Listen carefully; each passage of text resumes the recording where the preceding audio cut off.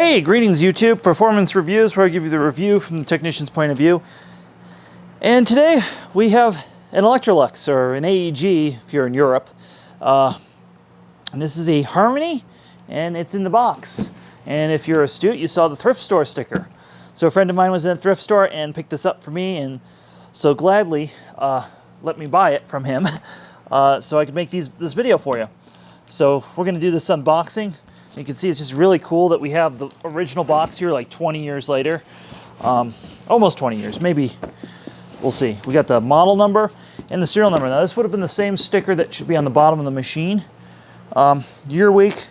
Oh, it's a 2006. So not quite 20 years old, but gosh, it's been in the box for a while. Or has it? We'll find out. So let's just start opening up the rest of this. So right away, there's like attention to detail. You see all the accessories. And what I like about this is you have like a little bit of, just a lot about effort put into this. And you know, there are companies today who don't put this effort into their packaging. So as I've said before, a lot of foreign companies, they just do this because that's what customers expect. And unfortunately, that's where the fun ends in terms of being nice, new, original. It's quite dirty, actually. Oh, that's interesting. So this tool, I've never seen this tool before. So the brushes go up and down separately from your extra lint picker strip. That's interesting on a straight suction canister. And this articulates. It's not a vessel work, sorry, vessel work. But it is interesting. And it looks like the suction breaks up to two sides rather than going through the middle. So really strange tool. Then we have, oh gosh, we got a C's turbo tool. This is kind of strange too, because this has a shoe on it is the best way I can describe that. So that will have to be addressed. We have,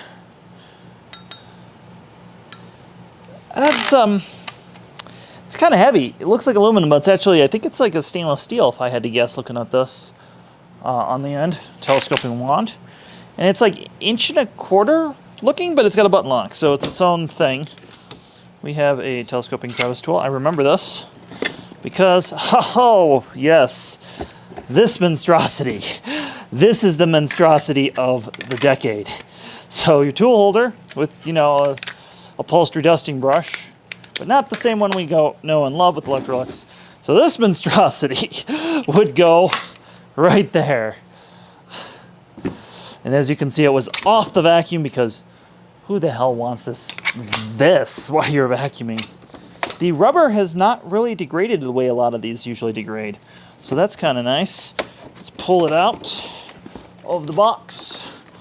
And oh, well, if I have a new filter in here, I ordered a new filter. Holy shit, I have a new filter. All right, well, I got a new original filter, which means I have all the supplies to get this up and running. Now here are the paper bags. These are the same as a BB bag for Eureka. There's also a HEPA bag that's green, and that's what I'll be using in this here a little bit later. We have a receipt from, that's just from the thrift store. That's not exciting. And we have two booklets. Let's see what the first one is. Okay, the first one is like a quick start guide right here. And there's a vac care service plan on there, but that's no good. Then this is more the user manual. This is what I was expecting. And you know, opening this up, I realized I've seen this before. Oh, it looks like we have two wands that might be missed. Oh, this dusting brush was horrible. Okay. I see some of the optional accessories there in the guide. This dusting brush thing that you shoved in the vacuum, they're very common on uprights. Absolutely horrible tool. Not gonna miss that. All right, so that's what's there. That's cool. The box has quite a bit of pet hair in the bottom of it, so we'll vacuum that out and deal with that later. So let's take a look at the canister itself. So it's a lovely color. Really do like these old Electrolux the color. Let's take a look inside and see how bad it is. Oh, full bag. And then, oh, oof. All right, folks. Well, we're going to end this here and bring this to the shop. I have a full restoration video on this machine, but of course it ended up taking a trip in the dishwasher and getting completely cleaned out and refurbed. Go check out those videos. They're on Patreon. They might end up on the main channel at some point, but I kind of doubt it. The long and short of it is it has a Domo motor, and the machine is built kind of like an Oryx Dutch Tech. A little tour of what's in this machine. So you have manual full bag check indicator. Now it barely works at my altitude. And it just says gentle and full power for the slider to suction adjust. And when you move the slider, it's got little notches, which are little teeth that reference in the body itself. They're not actually marks in the adjuster itself. Now, something that's different between the oxygen machines and the Harmony machines is the removable bag dock. Even though they use the same bag, this has this removable bag dock, which I kind of like, which means you can't use it without a bag. It also means you can kind of manipulate and work with the bag on your own terms. So it's a little easier for older folks. They don't have to bend down. And of course, the bag, when you pull it out, is going to seal up if you do that. The pre-motor filter rinsed out very good. They usually do on these. It's really a coarse filter. It's more of just like a safety. It's like a thicker material than what Miele uses. Now, on the side of this, we have our carrying handle, which again, carrying handles were a thing on early 2000s canisters. I don't know why. Bosch used them as well. And there were a couple others I can't remember at the moment. Then, of course, I put in that vintage Eureka HEPA filter as an exhaust filter on that. Now, another thing, curiosity, was the floor tool. This floor tool is, it's a pain to put back together. It's different than the vessel work tools. So what's going on here, just to show you with that, is we have a couple different things. You have your suction channel, your lint picker. There should be 2 lint pickers here. They were in bad condition. The glue is shot, so I have to redo that. But so you put your brushes up and down. That's normal, right? But you also have another pedal for this lint picker, which is removable. So because there's 2 pedals, one for the lint picker, one for the bristles, the way this works mechanically inside is rather complex. Now, the other thing that is weird is it's actually got a divider here that brings the suction up both sides. Very strange decision. And of course, it is a self-leveling tool, which I do like. So pleasant to use, not pleasant to service. And then of course we have a telescoping wand. And then on the hose, what's interesting about that is the tools clip on right here. Then you have your upholstery tool. And you have a dusting brush. Maybe. It's not nearly as nice as the old school Electrolux ones. Not even as nice as the patterned old school Electrolux ones. So that goes right there. Then you also have a crevice tool. And the crevice tool, you put it on and it telescopes out. So, and then you have a nice long handle here. And the rubber is not degrading, actually. The rubber is of very good quality. The other thing I like about this is these holes keep this from whistling. A very nice touch, reminiscent of kind of like how the Henry has a muffled suction relief valve as well. So all those fit on there. As you can see, they're kind of awkward. And this is very smooth and slimline, and then once you put this tool holder on, then it becomes, I don't know. It's really awkward and strange. Well, let's see how much working vacuum it has.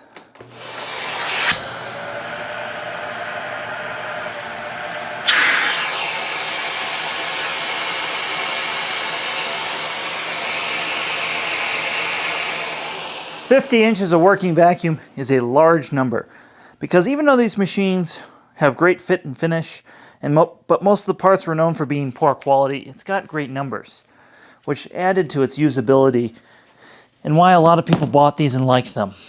Now, here's the secret. There's a Domo motor in there, and that's why we're getting those numbers out of this canister. Let's go ahead and do some pickup with it. So we're going to do a pickup test. And you're going to hear the real sound of the machine through a studio mic. This is more for documentation for this machine existed. So we have some fresh pet hair, cat litter, flour, and breakfast cereal. And we're going to use it on its highest setting.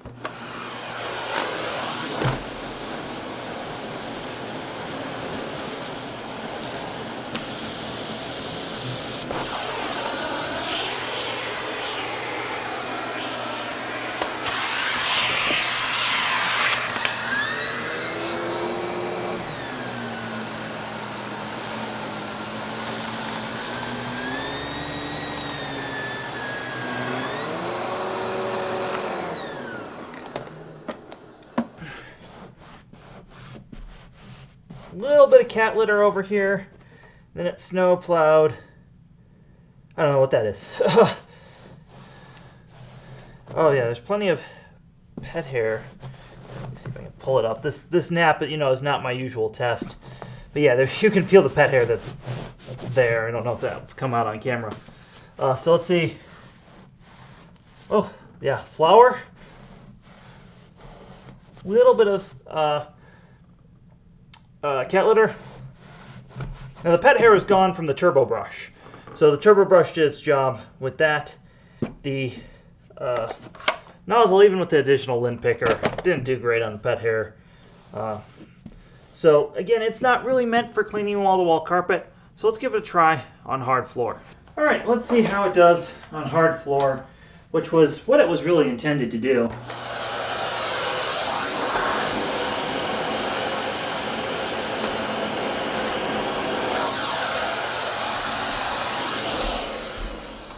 All right, so let's see what this did. I left a little flour behind, and snow plowed a piece of that. Everything else seems pretty good. And again, the way that this is designed, this is kind of what I expected. I think it would leave less flour behind if these brushes went all the way around like a Mila, but again, they were trying to dual purpose this head.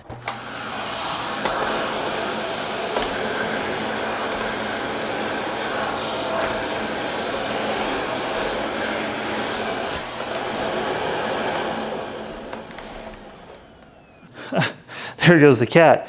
So as far as balancing on stairs, maybe not that way, but they do balance very nicely on the stairs like that if you need to clean your stairs. This is a standard 1.25 inch with a proprietary button lock, which means you can throw other accessories on this if you so choose. Wouldn't that be just an appropriate pairing for the time period? And it wouldn't be unrealistic that you could see this in the time period. The cord's just a little bit over 20 feet, so it's not the shortest, it's definitely not the longest. Thankfully, unlike the Electrolux of my childhood, this has a proper button. You sit there and you just hold the button, and it retracts at a fairly decent speed. Well, I hope you've enjoyed this retrospective review on this Electrolux canister. It's a 2006. Time flies. This is a year after I graduated high school, so it's weird for me to be bringing this to you as a retro review, because I remember seeing these come in for service on the regular. As a lot of you know, they had electrical demons and all sorts of things that would go wrong with them. So I'm happy to have this with the box, an original filter. I have an original paper box of filters, though these didn't last too long. This synthetic bag came out maybe a year afterwards, so most of them would have used the synthetic bag. And I think it's cool to have the vac care card with it as well, which you really couldn't redeem anywhere. Again, really cool to have, cool to look at, very nice to use. And that's one thing. I think these had a bad reputation for the lack of quality. I think some of that was earned, but in terms of using it objectively, it's really a nice canister to use. And if you see one of these at a thrift store or something, I'd recommend you pick it up if it's complete. Remember, AEG is no longer in the United States, and Electrolux Eureka, the company that made this at the time, has been broken off into different conglomerates. So you're not going to be able to find the parts easily. Some of these parts will interchange with some of the beam things. You might be able to do that if you have like a Q nozzle or something. But really, most of these are proprietary and you're not going to be able to get them. So make sure it's in good condition if you do buy one of these. Again, don't expect to daily drive one of these. And if you're in Europe, I'd love for you to comment or join our Discord server and post some pictures of the new AEGs. I'm curious what they're making now as well. Thanks for watching, as always. Hit that thumbs up button. Don't forget to hit that notification bell if you want to see stuff. I appreciate the subscriptions, but it's the notification bell that really makes the difference with YouTube these days. And have yourself a wonderful day.